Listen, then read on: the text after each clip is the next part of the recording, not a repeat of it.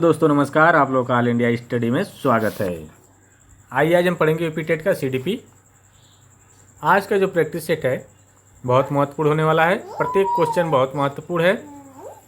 इस practice set से आप लोगों को 4 से 5 क्वेश्चन पेपर में मिलेंगे, तो आप लोग वीडियो को अंत तक जरूर देखिएगा और पूरा टोटल 30 क्वेश्चन करिएगा और देखिएगा इसमें आप लोगों का कितना क्वेश्चन सही हो रहा है। लास्ट में कमेंट बॉक्स में ज़रूर बताइएगा। तो ये प्रश्न नंबर 1 है, संज्ञानात्मक विकास का अर्थ है। ऑप्शन नंबर 1 है अभियोग्यता का विकास, बी है बच्चे का विकास, सी है शारीरिक कौशल का विकास और डी है व्यक्तिगत विकास। तो कौन सा हो जाएगा इसका सही आंसर, बताइए जल्दी से। संज्ञानात्मक विकास जो होता है सभी प्रकार के विकास होते हैं, सिर्फ बच्चों का विकास और शारीरिक विकास, व्यक्तिगत विकास नहीं होता है। तो यहाँ पर इसका सही आंसर जो जाएगा अभियोग्यता का विकास। जैसे संज्ञानात्मक विकास में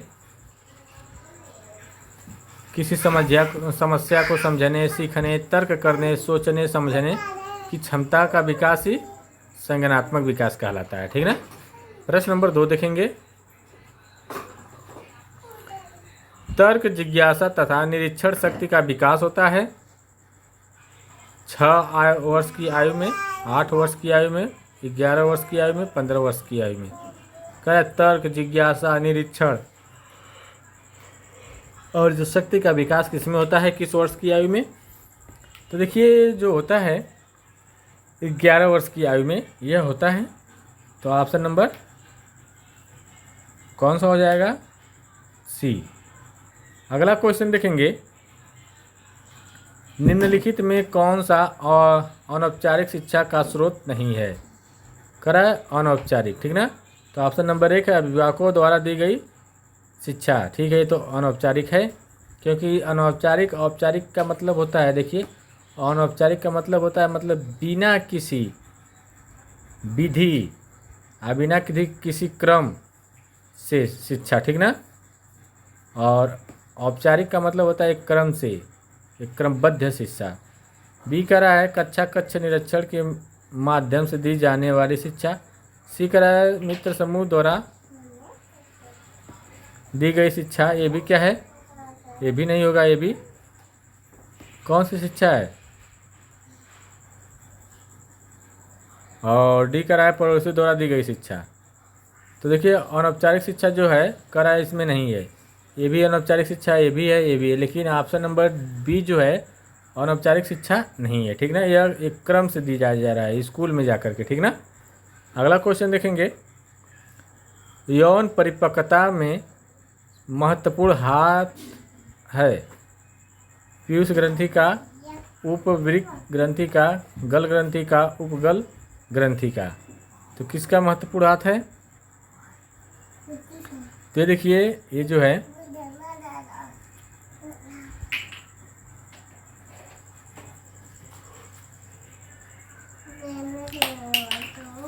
कौन सा हो जाएगा बताइए? पीयूष ग्रंथि जो मास्टर ग्रंथि होती है। ठीक ना। तो ऑप्शन नंबर 1 करेक्ट हो जाएगा। जो पीयूष ग्रंथि होती है ना, संपूर्ण मानव शरीर का जो व्यवहार और शरीर की अंतःक्रिया को नियंत्रित करती है। अगला क्वेश्चन देखेंगे, अर्नेस्ट जोन्स के अनुसार किशोरावस्था की आयु सीमा कितनी है? तो ऑप्शन नंबर 11 से 18 वर्ष, 12 से 18 साल, सी है 12 से 16 साल और डी है 13 से 18 साल। तो देखिए अर्नेस्ट हैकल के द्वारा यह जो बताया गया है किशोरावस्था की जो सीमा आयु है वह 13 से 18 वर्ष। ठीक ना। तो ऑप्शन नंबर डी इसका करेक्ट हो जाएगा।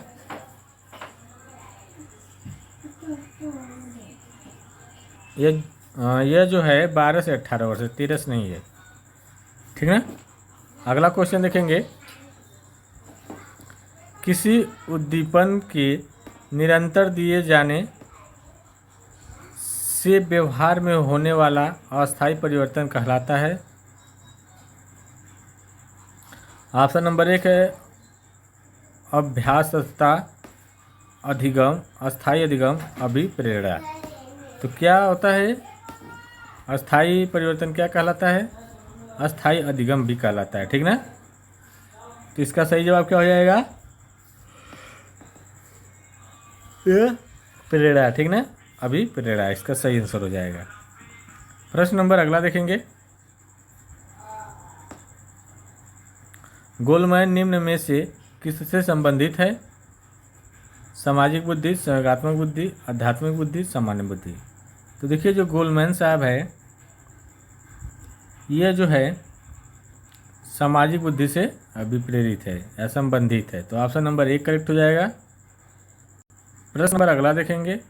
व्यवहार में अपेक्षाकृत अस्थायी परिवर्तन है अधिगम, अभिप्रेरणा, संवेग, प्रत्यक्षीकरण। तो क्या हो जाएगा इसका सही आंसर?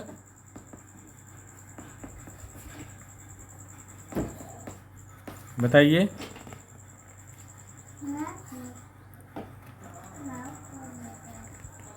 तो देखिए इसका जो सही आंसर हो जाएगा अधिगम, ठीक ना। अधिगम क्या है? अस्थायी परिवर्तन होता है।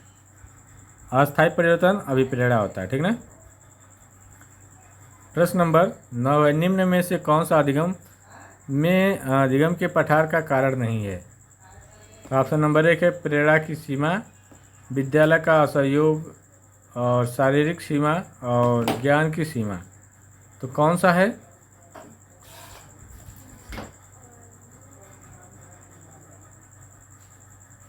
विद्यालय का असहयोग जो है ये पठार नहीं है। तो ऑप्शन नंबर बी करेक्ट हो जाएगा। प्रश्न नंबर 9 देखेंगे। 10 है।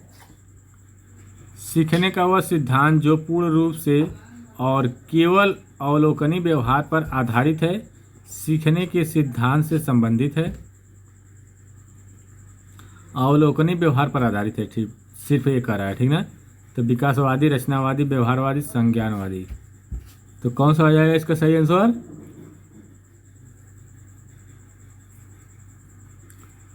यह व्यवहारवादी हो जाएगा, ठीक ना। तो इसका सही जवाब हो जाएगा व्यवहारवादी। प्रश्न नंबर अगला देखेंगे। कौन सी तथ्योक्ति गेस्टाल्ट सिद्धांत पर आधारित है? संपूर्ण से अंश की तरफ बढ़ना, निश्चित से अनिश्चित की बढ़ना, मनोवैज्ञानिक से तर्क संगत की तरफ बढ़ना और प्रेरण से निगमन की तरफ बढ़ना। तो इसका सही आंसर क्या हो जाएगा? संपूर्ण से अंश की ओर बढ़ना जो है गेस्टाल्ट का सिद्धांत है, ठीक ना। अगला क्वेश्चन।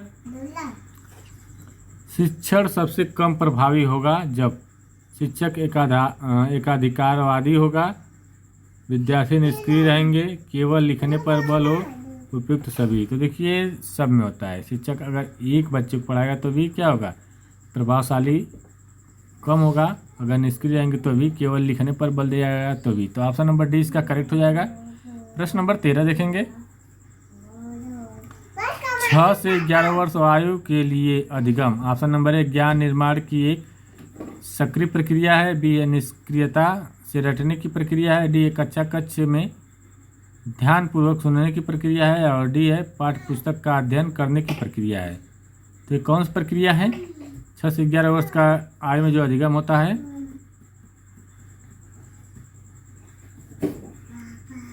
बताइए। देखिए ज्ञान निर्माण की एक सक्रिय प्रक्रिया होती है, ठीक ना। तो ऑप्शन नंबर ए करेक्ट हो जाएगा इसका। प्रश्न नंबर अगला देखेंगे। शिक्षण की कौन सी विधि ज्ञान के अधिकतम प्रयोग को प्रोत्साहित करती है? समस्या समाधान विधि, प्रयोगशाला विधि, स्वयं अध्ययन विधि और दल अध्ययन विधि। तो कौन सी विधि है? तो देखिए समस्या समाधान विधि जो है ज्ञान के अधिगम का प्रयोग को प्रोत्साहित करती है, ठीक है। तो ऑप्शन नंबर ए करेक्ट हो जाएगा। प्रश्न नंबर 15 है। गर्भधारण से लेकर मृत्यु तक व्यवहार में परिवर्तन का अध्ययन कहलाता है?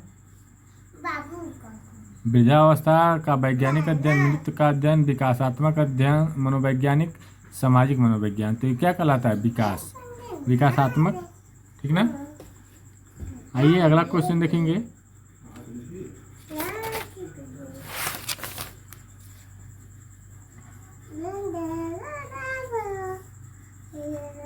निम्नलिखित में से कौन सा विशिष्ट बालकों का प्रकार नहीं माना जाता है? तो ऑप्शन नंबर है धीमी गति से सीखने वाले, बी है सृजनशील बालक, और सी है शारीरिक रूप से विकलांग, और डी है साधन संपन्न बालक। कह रहा है विशिष्ट बालकों का प्रकार नहीं है। देखिए धीमी गति से सीखने वाले बालक भी विशिष्ट में आएंगे, सृजनशील बालक भी आएंगे, शारीरिक रूप से विकलांग भी आएंगे, लेकिन साधन संपन्न बालक ये नहीं आएंगे, ठीक ना। तो ऑप्शन नंबर डी करेक्ट हो जाएगा इसका। अगला क्वेश्चन देखेंगे।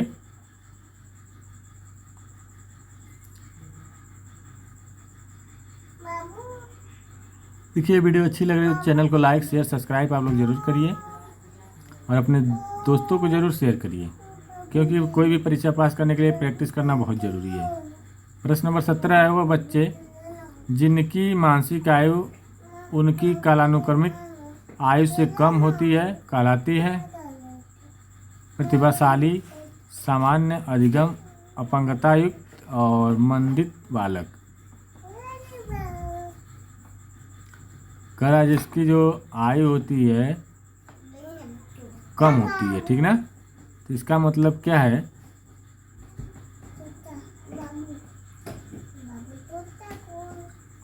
वह मंदित बालक कहलाता है, ठीक ना। तो ऑप्शन नंबर डी करेक्ट हो जाएगा। प्रश्न नंबर अगला देखेंगे। किस प्रकार के विकास से एकाग्रता तथा सृजनात्मकता का संबंध है?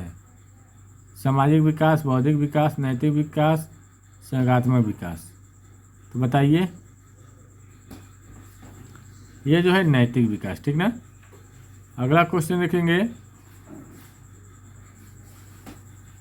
बुद्धि के 7 प्राथमिक सिद्धांत के प्रतिपादक है मानसिक योग्यता के आधार पर। तो कौन है? तो थर्स्टन है, ठीक ना। अगला क्वेश्चन देखेंगे।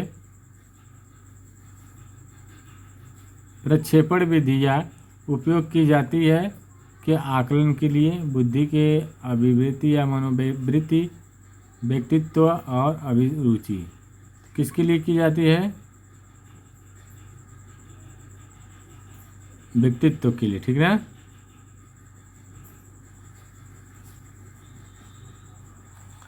प्रश्न नंबर 21 देखेंगे। कक्षा 5 के न्यून दृष्टि वाले बच्चे को ऑप्शन नंबर निम्न स्तर के कार्य के लिए माफ करना उचित है। उसके दैनिक कार्य में उसके माता पिता तथा मित्रों को सहायता करनी चाहिए। तो ये बात ठीक है। अगला क्वेश्चन देखेंगे। शिक्षा प्रक्रिया में निम्नलिखित में किसका भली प्रकार ध्यान रखना चाहिए?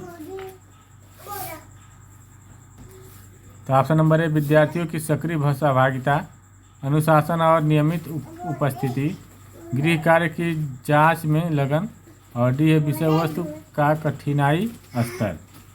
तो देखिए इसका जो सही जवाब क्या हो जाएगा।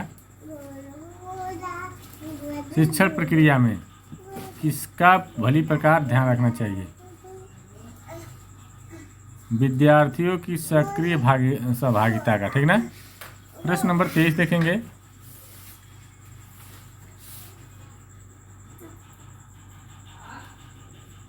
निम्न में से किस विधि का उपयोग स्मृति के मापने के लिए नहीं किया जाता है?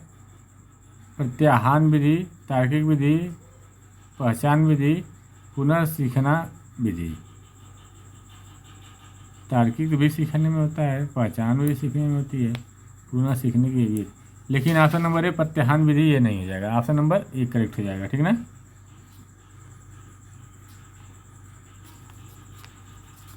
ये होगा। कह रहा है कि किस विधि का उपयोग स्मृति के मापन के लिए नहीं किया जाता है?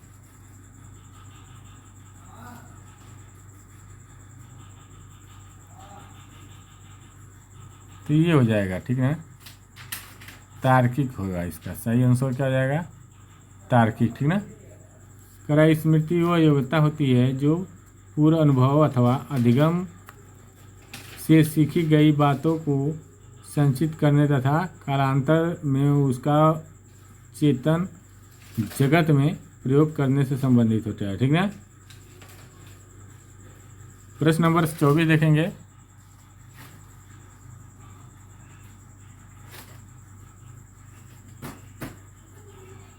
विकास के परिणाम स्वरूप नवीन विशेषता और नवीन योग्यताएं प्रकट होती है, यह कथन किसका है?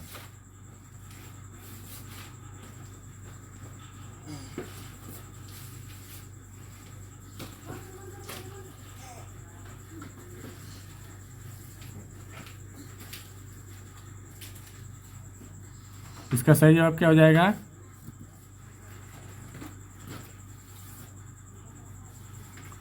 ऑप्शन नंबर बी, हरलाख, ठीक ना। अगला क्वेश्चन देखेंगे। बच्चे की वृद्धि मुख्यतः संबंधित है शारीरिक विकास से, सामाजिक विकास से, भावात्मक विकास से, नैतिक विकास से। किससे संबंधित है? यह जो है शारीरिक विकास से होता है, ठीक ना। प्रश्न नंबर 26 है।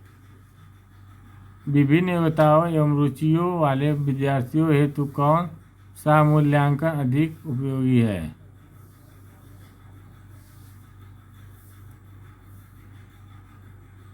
देखिए इसका जो सही जवाब क्या हो जाएगा? ऑप्शन नंबर डी हो जाएगा। अगला क्वेश्चन देखेंगे।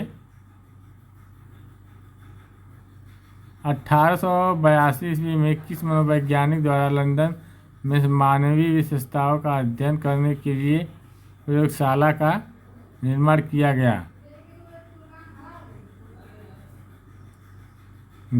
किसके? अल्फ्रेड बीने, ठीक ना, अल्फ्रेड बीने। अगला क्वेश्चन। बाल मनोविज्ञान के अनुसार शिक्षा के क्षेत्र में मुख्यतः स्थान है, बताइए तो कौन सा है? अभिभावक, ठीक ना। अगला क्वेश्चन अभिभावक होगा। बालक, अध्यापक, अभिभावक और प्रशासन कर रहा है। बाल मनोविज्ञान में शिक्षा के क्षेत्र में मुख्य स्थान, शिक्षा के क्षेत्र में पूछ रहा है तो क्या हो जाएगा? अध्यापक हो जाएगा, ठीक ना।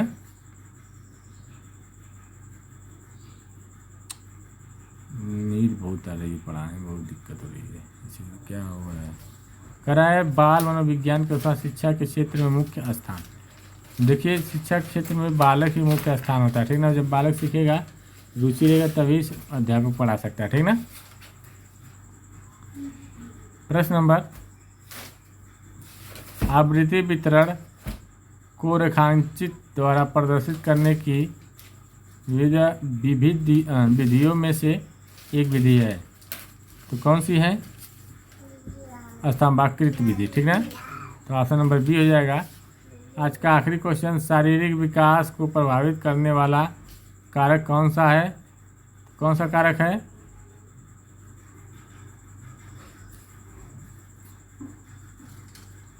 वंशानुक्रम भी है, वातावरण भी है, खेल तथा व्यायाम भी है, तो उपरोक्त सभी।